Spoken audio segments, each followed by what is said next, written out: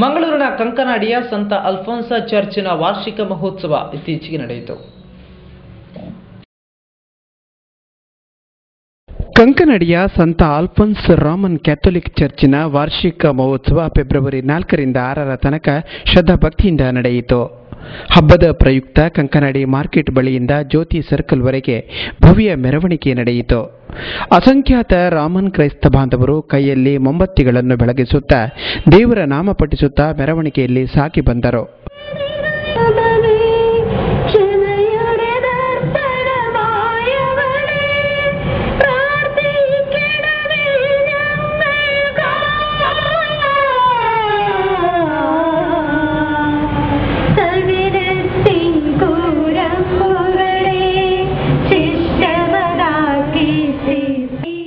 ಈ ಸಂದರ್ಭ ಕೇರಳ ಶೈಲಿಯ ಮಹಿಳೆಯರ ಚೆಂಡವಾದನ ಎಲ್ಲರ ಗಮನ ಸೆಳೆಯಿತು.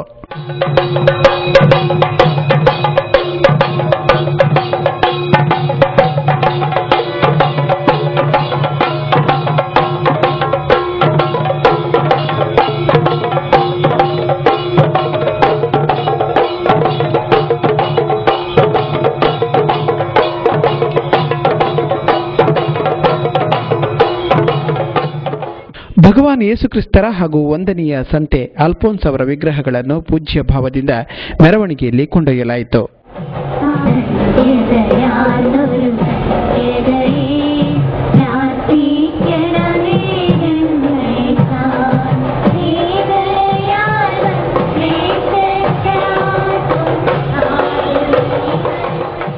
ಭಾನುವಾರ ಬೆಳಿಗ್ಗೆ ಚರ್ಚಿನಲ್ಲಿ ನಡೆದ ವಿಶೇಷ ಪ್ರಾರ್ಥನೆ ಆರೋಗ್ಯ ದೀಕ್ಷಾ ಕಾರ್ಯಕ್ರಮದಲ್ಲಿ ಅಪಾರ ಸಂಖ್ಯೆಯ ಭಕ್ತಾದಿಗಳು ಪಾಲ್ಗೊಂಡರು.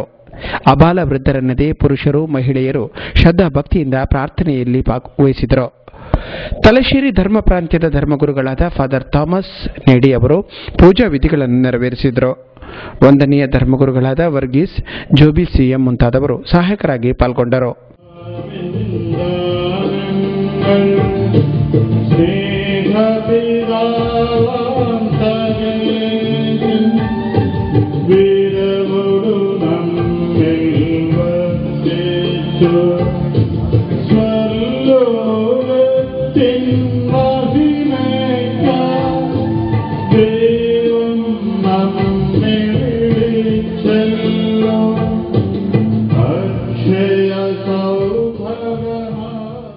ಚರ್ಚಿನ ವಾರ್ಷಿಕೋತ್ಸವ ಮೆರವಣಿಗೆ ವಿಶೇಷ ಹಾಗೂ ಸಂತರ ಅನುಗ್ರಹದ ಬಗ್ಗೆ ಚರ್ಚಿನ ವಿಕಾರ್ ಫಾದರ್ ಥಾಮಸ್ ಪರೆಕಾಟ್ ಮಾಧ್ಯಮಗಳಿಗೆ ಮಾಹಿತಿ ನೀಡಿದರು.